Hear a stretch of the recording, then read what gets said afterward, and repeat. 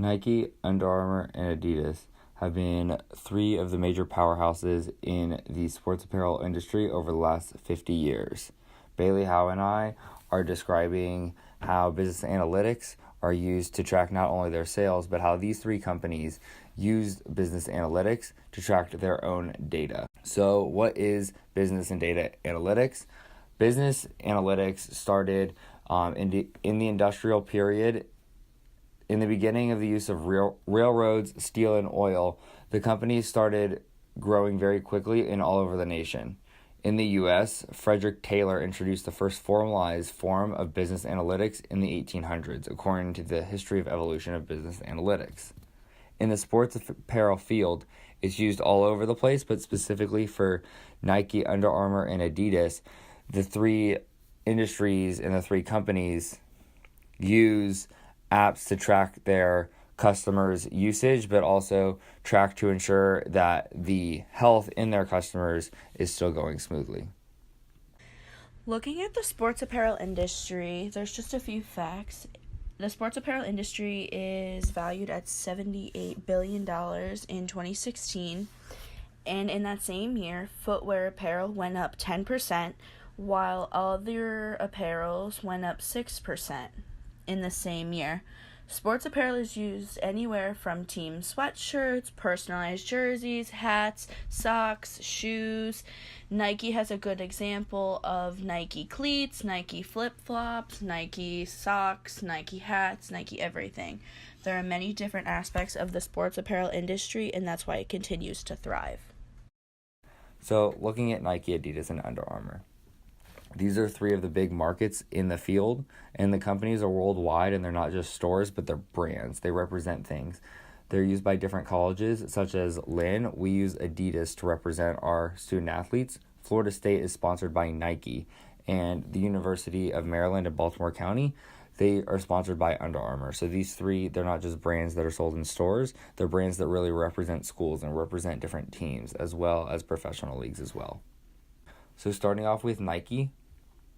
Nike emerged from two people, Phil Knight and Bill Bowerman. Phil Knight had to give up his dream of sports, but he still wanted to have an outlet to that field of sports and of athletics. And for Bowerman, he was a part of the Oregon Runners who wanted a lighter and more durable shoe for himself when he worked out and when he practiced.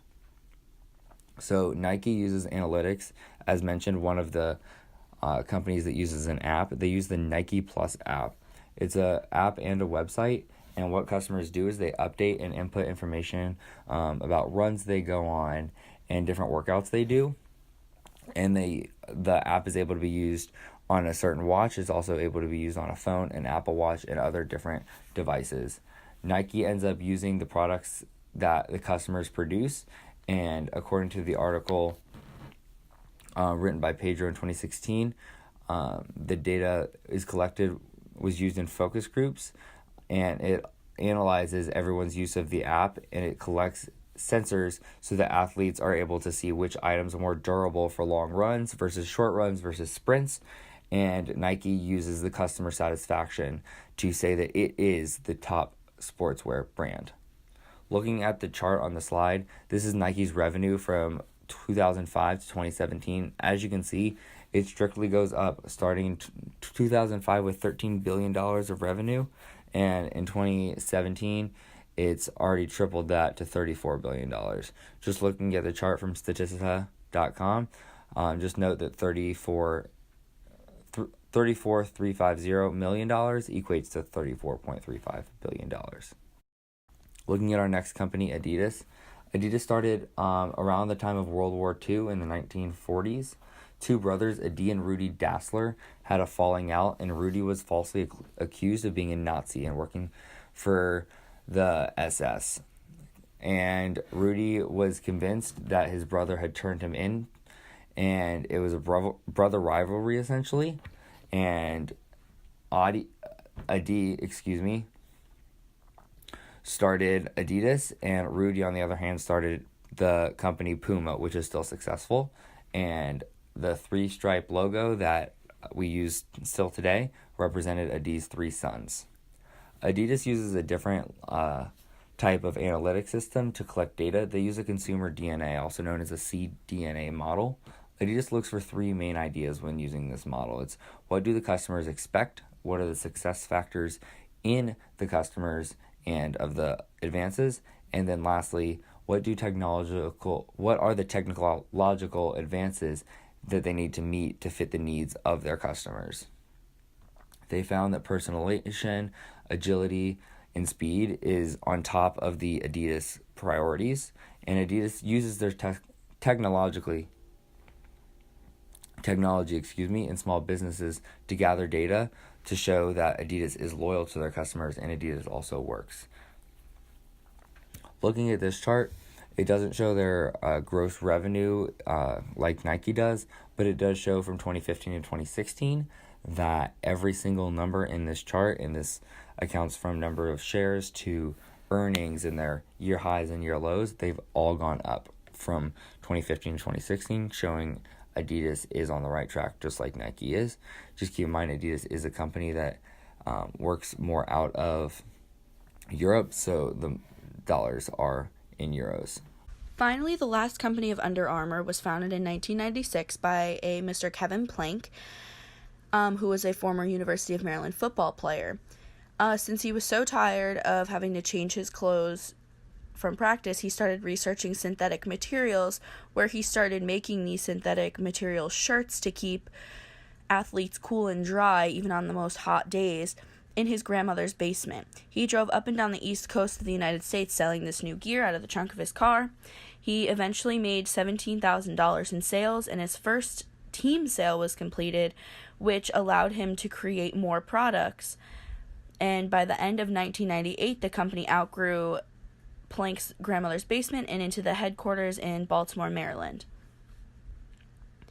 Under Armour has an app which is called MyFitnessPal, which allows you to track workouts, track calorie intake, food intake, and it also allows you to share with friends, unlike the Nike app where it's just yourself and you can track your own data, while you can keep others motivated.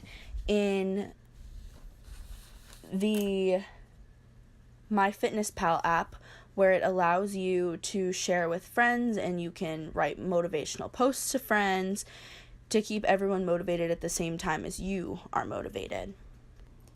Looking at the chart underneath, this shows two sides. It shows the revenue and the earnings and the income of the company. Looking more on the left side of the revenue, we see that Under Armour in 2015 made nearly $4 million in revenue, which is very similar to Nike, and it continuously grows.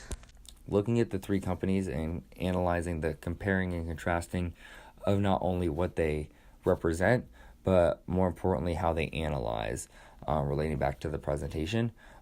We looked at Nike and Under Armour. They really analyze with their apps and the modern day technology, and with them they really allow the customers to see what they're doing and how they are approaching their analyzation, because they're completely open and the customers see the same thing that they do, just personally rather than overall.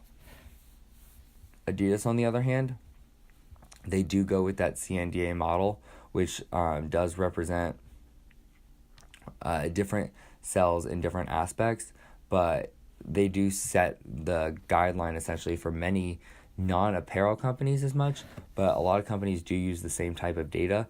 And Underwood wrote an article on Adidas, and the scientists at Adidas use this model because it's consisted of reusable and prefabricated components that essentially have a 360 consumer view.